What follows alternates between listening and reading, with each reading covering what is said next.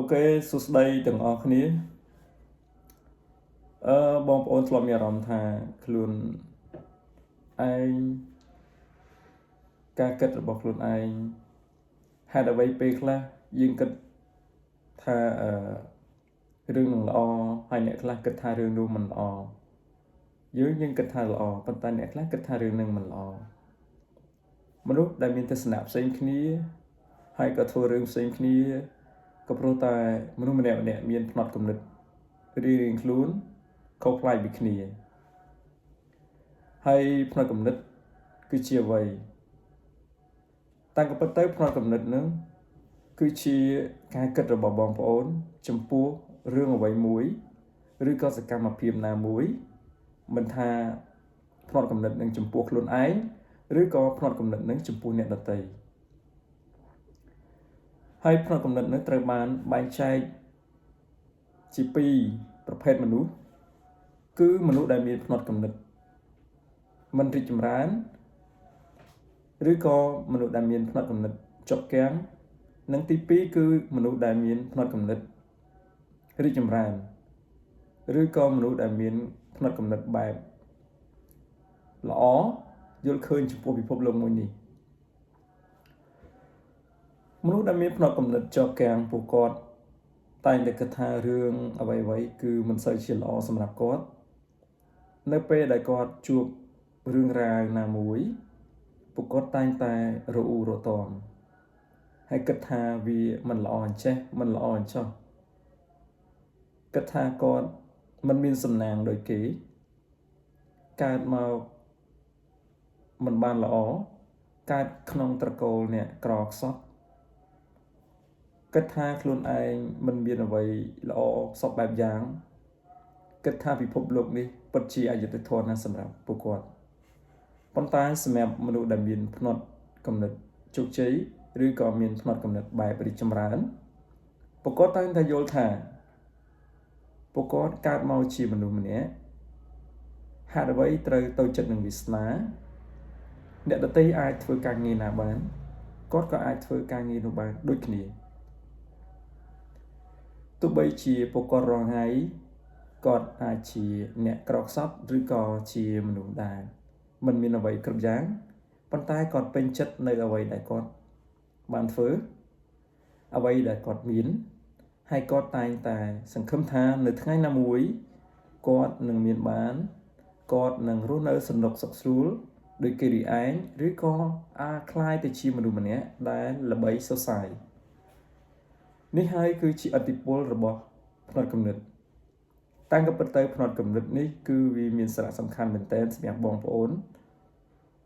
វាប្រៀបបីដូចជាមានភ្លៀងមួយមេធំអ្នកដែលមានផ្នត់គំនិតបែបចុកគាំងឬក៏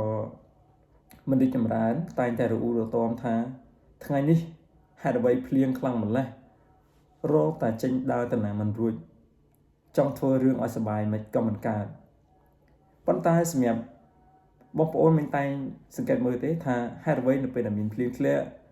ក្មេងចូលចិត្តលេងនៅក្រោមដំណក់ទឹកភ្លៀងហើយលេងដោយមិនមានភាពរអ៊ូរទាំដូចមនុស្សមុននឹងដែលខ្ញុំនិយាយថាគាត់ចូលចិត្តរអ៊ូរទាំច្រើននៅពេលដែលមានភ្លៀងធ្លាក់ខ្លាំងនេះគឺដោយសារតែផ្នត់គំនិតប៉ុន្តែផ្នត់គំនិតរបស់ក្មេងគឺគាត់រីករាយនឹងទឹកភ្លៀងគាត់សប្បាយដោយសារគាត់គិតថានៅឲ្យតែបានលេងទឹកភ្លៀងគឺសប្បាយហើយមនុស្សដែលមានផ្នត់គំនិតរីកចម្រើនគឺបែបហ្នឹង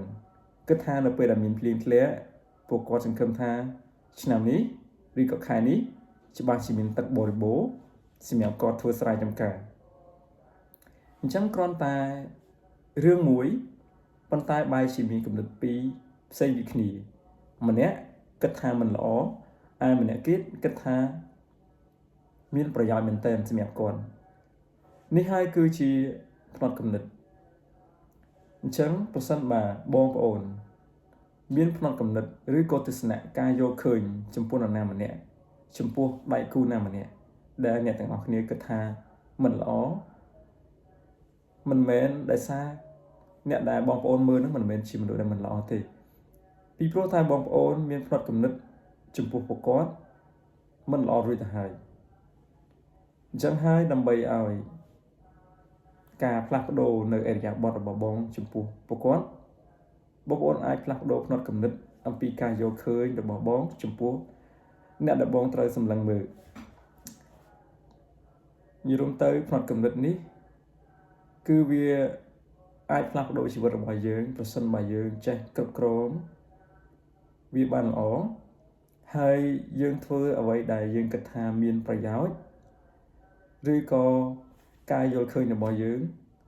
នោះសកម្មភាពផ្សេងៗរបស់យើងក៏នឹងវិវត្តទៅតាមផ្នត់គំនិតនៅអ្វីដែលយើងបានគិតទុកហើយសង្ឃឹមថាវីដេអូនេះនឹងជាប្រយោជន៍ហើយក៏ជាសារដាស់តឿនសម្រាប់បងប្អូនមួយចំនួនដែលតែងតែគិតថារឿងនេះមិនល្អរឿងនោះមិនល្អហើយតែងតែមានបញ្ហាជាញឹកញាប់យើងត្រូវចាំថាមនុស្សម្នាក់កើតមកតែងតែជួបនៅបញ្ហាហើយបញ្ហានោះទៀតសោតមានបញ្ហាតាំងពីតូចរហូតដល់បញ្ហាធំប៉ុន្តែចូលបងប្អូនត្រូវតែមានគំនិតមួយនៅក្នុងចិត្តថា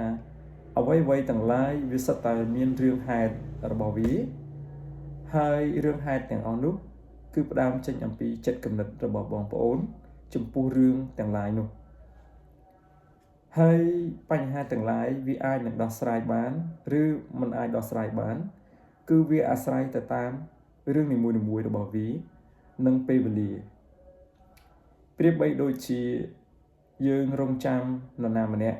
ឬក៏រងចាំកូនរបស់យើងមកពីសាលាប្រសិនបើយើងរងចាំយូរអន្ទែងយើងគិតថារឿងច្បាស់ជាមានរឿងអ្វីមួយនៅសាលាមិនខានចំពោះកូនឬក៏ចំពោះនរណាម្នាក់អានឹងគឺជាផ្នត់គំនិតរបស់បងប្អូនចំពោះរឿងនឹងប៉ុន្តែបើបងប្អូនគិតថាប្រហែលជាកូនជាប់នៅសាលារៀនយូរអាចកូនជួបជុំមិត្តភ័ក្តិ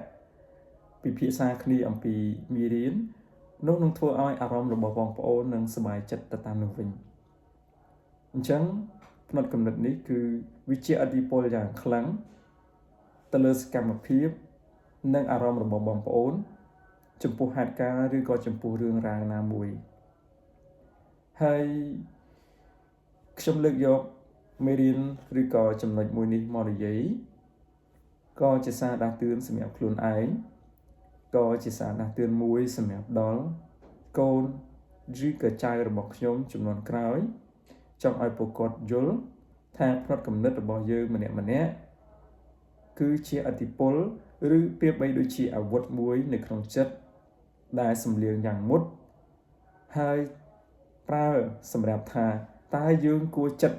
របស់នោះឲ្យស្អាតឆ្លាក់ជាក្បាច់រចនាឬក៏យកអាវុធនោះ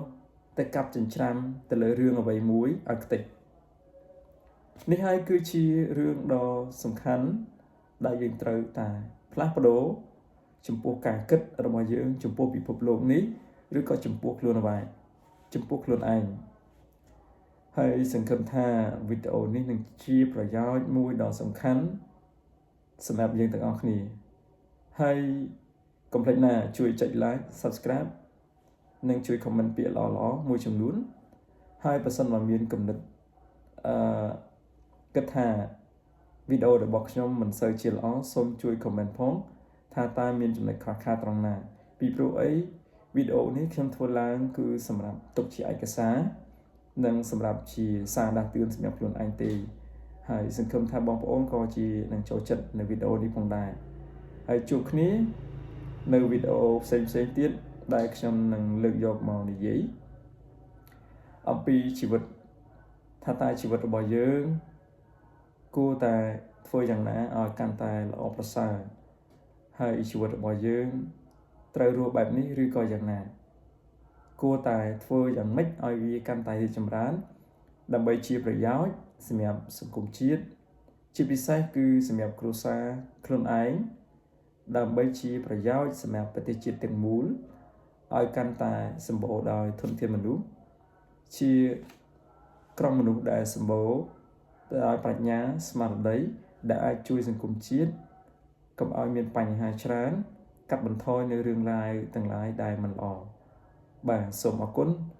សូមមានសុខភាពល្អសំណាងល្អសម្រាប់ឆ្នាំថ្មី